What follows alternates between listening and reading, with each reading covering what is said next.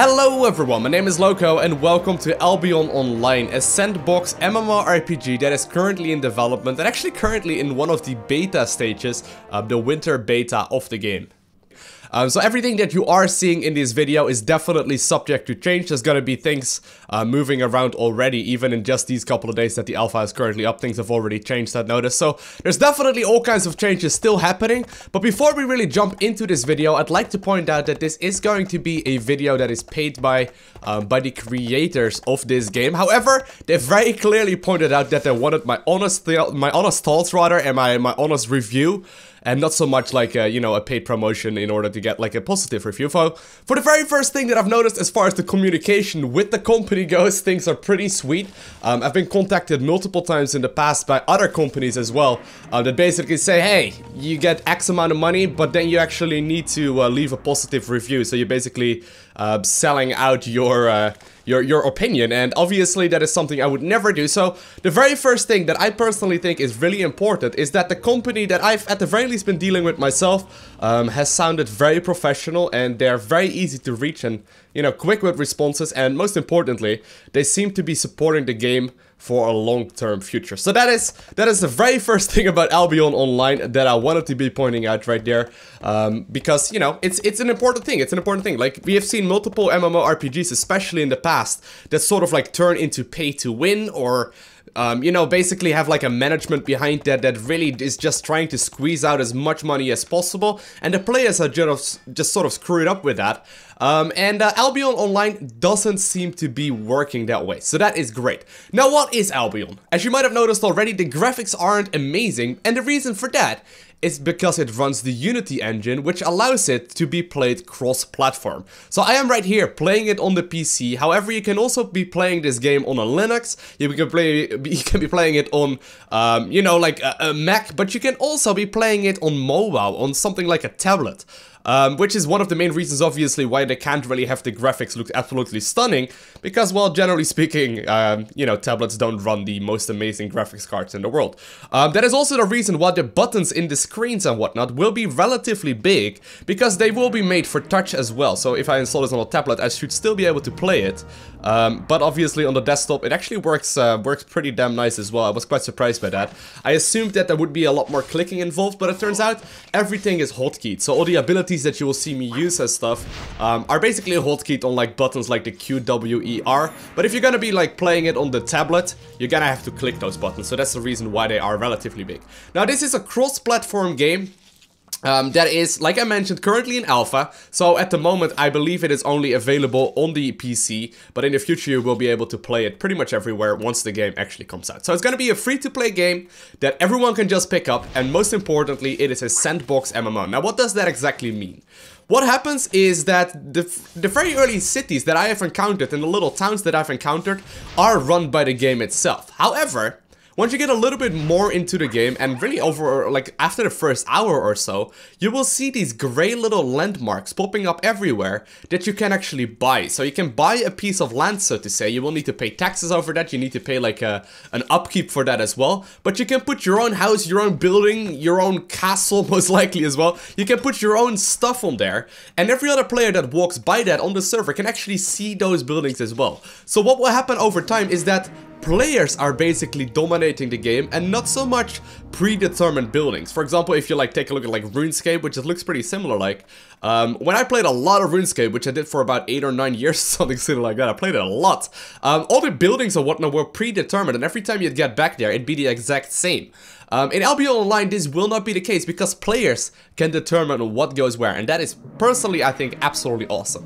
Now, this game doesn't run any classes or whatnot, but it does have a progression system in the sense of crafting, as well as this thing called the Destiny board.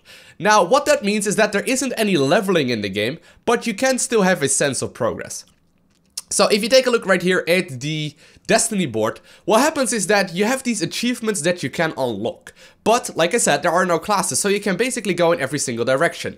For example, I can be a very high level or high achieved, so to say, warrior that is great with sword and board, but I want to switch over to a ranger. That is completely fine. I can pick up a bow and arrow and start leveling and getting achievements in that direction. There aren't really classes, so to say, but you can switch over and you can specialize yourself. Now, you are obviously going to be at an advantage if you're going to be like a maxed out level magician, so to say, opposed to like a maxed out or like a low level ranger. So you are gonna have to specialize in one way or another. But you know, there isn't really like a super strict direction that you need to take. In most MMORPGs, once you choose the role of a healer, you're gonna be a healer for the rest of the game, right? You can't really swap that around as easily. But in Albion, you can just sort of pick up a different set of weapons and go from there. Now, the weapons and the gear that you are using doesn't just determine what kind of a character you are. It doesn't just determine if you are a ranger or a warrior or something. It also determines whether or not, you know, what kind of skills you have. So, let's say I want to be having a mage, but I want to be focusing a lot on fire spells. I can actually craft the gear, put it on a weapon, so to say. Basically, when you're crafting gear, you can choose it. You can choose what kind of a skill you want on there, and you equip it, and all of a sudden you're a fire mage. But let's say I want to switch over to like a frost-based character. I also have that option because I can instead choose different runes, different kind of skills that I put on my weapons and on my gear, and that is a pretty unique concept that I personally really like. For example, when crafting a set of armor, you can either go for a little bit of movement speed, or you can make sure that you can carry a bunch more items. Now, when you are overburdened in a game, you will slow down, so maybe in some situation you don't really want to go for the speed boost, but rather you would go for the fact that you can carry more stuff. And obviously, you know, if let's say you go on like a crafting run, you're gonna be significantly more useful, not just if you speed up a little bit, but if you can carry a lot more. So there's all kinds of different sets of gear that you can craft for different situations. Now, what it all comes down to though, when you are first starting off in a game, is a lot of crafting. I've personally played for about 3 or 4 hours right now, and in the start of the game, you're gonna be mainly just crafting. There's all kinds of different stuff you can do, but you're gonna have to start with crafting. Because, well, you're gonna need to punch some wood, you're gonna need to punch some rocks, and basically the same as it sort of starts off in Minecraft, where you also start off with very little. And you basically gather tools, you create tools that you craft to cut down, like, stronger, so to say, trees or stronger rocks, which in turn actually give you better rewards and better materials that you can use to once again refine them into better weapons, which you can use to craft better gear, which you can use to craft better weapons. And, you know, you can just go ahead and do all kinds of awesome things in that way, which will allow you to get better stuff. Now, normally in this game you would start off with nothing. Now, as you've been seeing on the screen, I have been walking around with a pretty decent set of gear. That is because that is part of the founder spec that you get right now in the alpha if you're playing. But when you're actually picking up the game for the very first time, you're gonna start off with no mounts. You're not gonna start off with any of this gear at all either. The only thing that you can actually choose while you're creating your character is gonna be your race, as well as like your underwear color, which is funny because when you die, one of the main things about this game, you lose most of your stuff. Now, when you do die, you have a little bit of time to run back to your grave. But there's also going to be a very important thing that a lot of people are hyped for, which is going to be massive amounts of PvP. So, in the early zones, you really don't have very much player versus player action, because it's early zones, right? Nobody really has the gear, nobody really knows exactly what they're doing. But once you progress through the game, you're gonna find a lot more PvP zones where you're basically forced to take down enemies, and once you kill them, you can loot what they are wearing.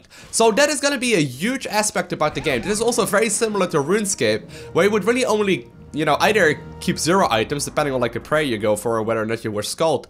But, you know, it allows you to get basically all the gear from the people that you kill, and it gives you some sort of incentive to actually kill them. So let's say you are going for a crafting run in one of the high level PvP zones, and you're going for these really valuable items, but you're being greedy and going for like, you know, mainly like gear that allows you to carry more stuff. You're gonna be pretty vulnerable to warriors, but you're gonna maybe have the advantage that you can run a little bit faster. So there's gonna be little tiny trade-offs that you're gonna be having to make, and risks that you're gonna have to take in order to get the best gear in the game. Because just walking around like a warrior is gonna be way too heavy, so you're gonna be slowed down. So, The game basically comes down to a lot of crafting into PvP, and personally I think that sounds very promising.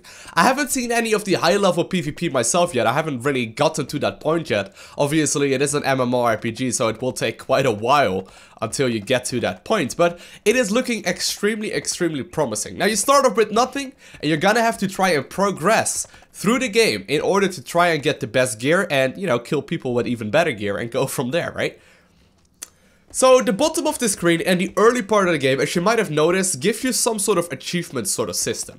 And what that one does is basically guide you through the early steps of the game. So when you're first starting off, you can only really like punch the wood, and you only can really punch rocks and stuff. And it will basically tell you where to go from the beginning of the game. So at the beginning you don't really have very much to do, but slowly but surely, once you actually get across this Destiny progression board, you will get a lot more stuff to do. So for example, a little bit later on to the game, I think about an hour or so into the game, I had the option to go for a farm, I had the option to go for gathering materials, I had the option to go kill stuff, I had the option to go in different kinds of directions, and that is where the game really opens up. So in the early part of the game, you really only have a couple options to go for. You need to like craft a set of basic tools, but after about a half hour or so, you will get the gist of it, you will understand exactly what's going on, and you will get a pretty good understanding of how the game works. And from there on out, you can go in whatever direction you feel like. So let's say you feel like being a farmer or owning a lot of land or something like that, you can go and do that. But let's say you want to be a warrior or a magician or something like that, which I personally kind of feel like, you can do that as well. So the game is very free, it is very sandboxy, so to say, and you can do whatever you want to do and actually determine what is going on in the lands past the starter zones. So, in the game, when you're first creating your character, you do have the options for different races. So there's gonna be like orcs and elves and whatnot. Now for the alpha, I could only choose to start off with a human character. But obviously those are still in development. But that will probably mean that there's gonna be like different kinds of racial skills as well. Which will allow you to once again customize your character more in your liking. So most of the MMOs, like I mentioned already, are determining you down a certain path. But when in Albion Online, you can choose whatever way you want to go. And sort of just do that. So I think that is really cool. Now I can only really talk for the early part in the game, but early on you basically have different kinds of tiers that you are working towards. So you start off with tier 1, well, because I got the founder's pack, you get some higher tier level gear right from the get-go, but you start off with no tools whatsoever, and then you gather materials in order to craft the tier 1 tools. Now with the tier 1 tools, you can punch down bigger trees and stronger rocks and whatnot that will allow you to get better tools and, you know, therefore better gear as well. So you need to go back to town, refine the materials that you found, and go from there in order to create better stuff. Now, I came across this dungeon already that actually seemed really promising. I was a little bit too low geared actually when I got there, but I found these two guys that were running there as well, that were looking like they knew exactly what they were doing. One seemed to be healing, and one seemed to be dealing most of the damage. And they were going down this dungeon, and I assume that at the very end of the dungeon, you're gonna have some sort of boss or some sort of character that you need to kill that will give you a stronger reward.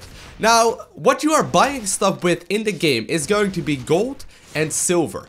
Most of the things that are dropped in the game seem to be silver at the very least at this point, but I assume later on in the game you're also gonna get some gold. Now, obviously these things require quite a lot of stuff that you need to create, and the way the game is actually monetized is by getting the gold.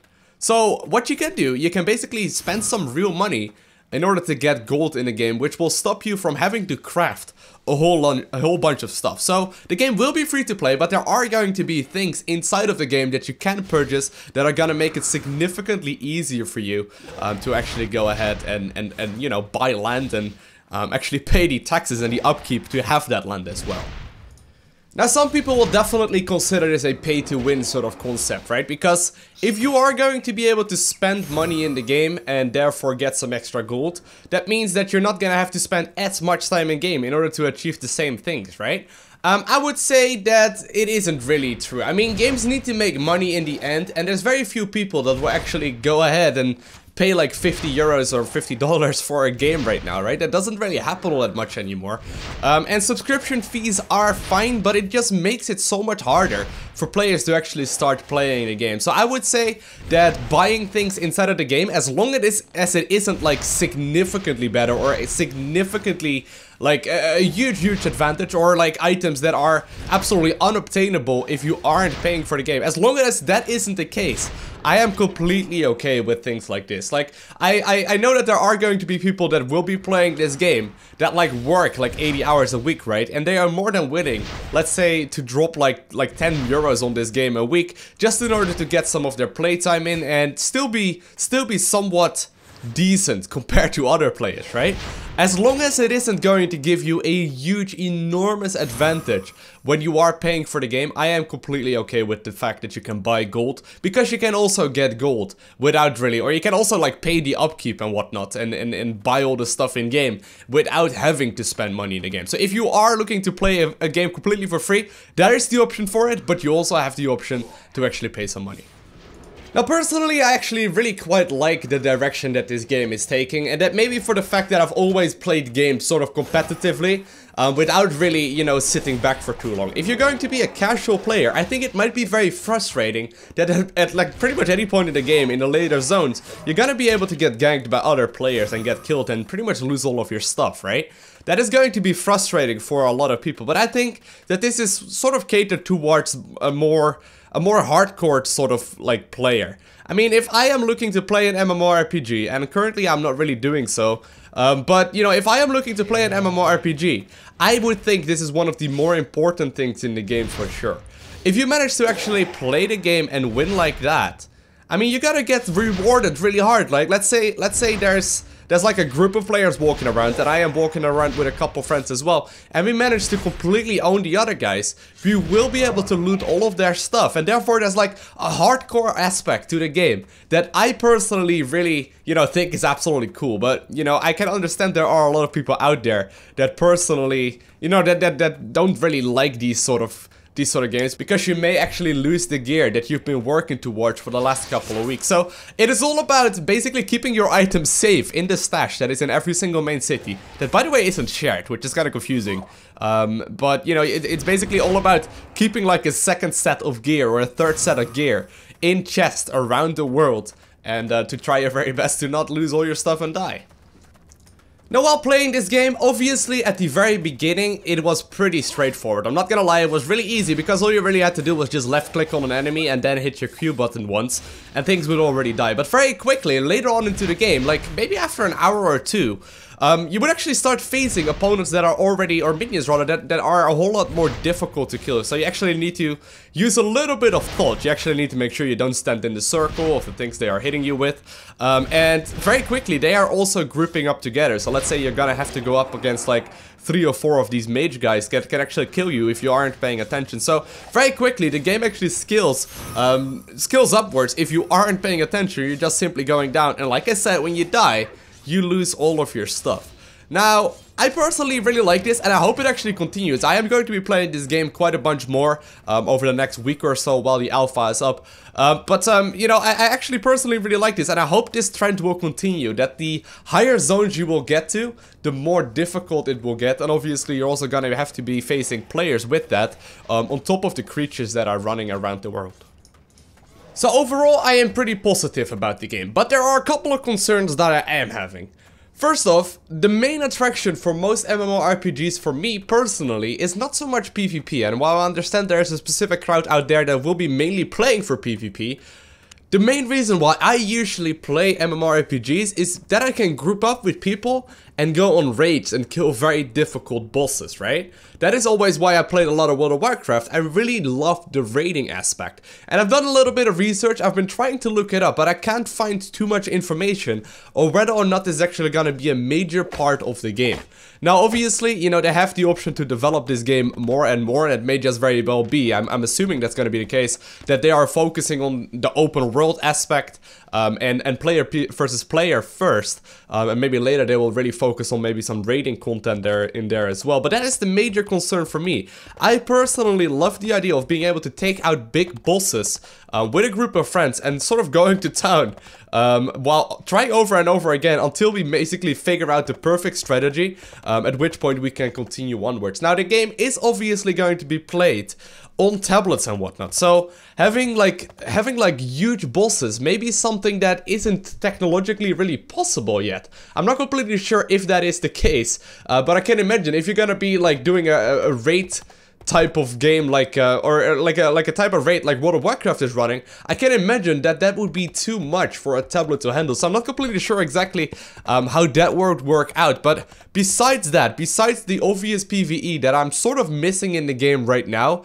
that could potentially be added in the future, I am actually very positive about this. I personally think this game does have a lot of ways that it can be very awesome in, and it does specifically cater towards a group of players that I, you know, think I'm actually kind of part of as well when I feel like doing some sort of PvP. Now, if you are looking to try this game out as well, I will leave a link right below that like button in the description of the video, so you can check it out if you want to. I would highly recommend you actually use the link that I posted below, because I do get a little bit of revenue share from that as well. And other than that, if you enjoyed this video, hit that like button. If you want to see more, hit that subscribe button. And I want to thank you guys all for watching. Have an amazing day. Do not forget to smile, and I'll see you in the next one.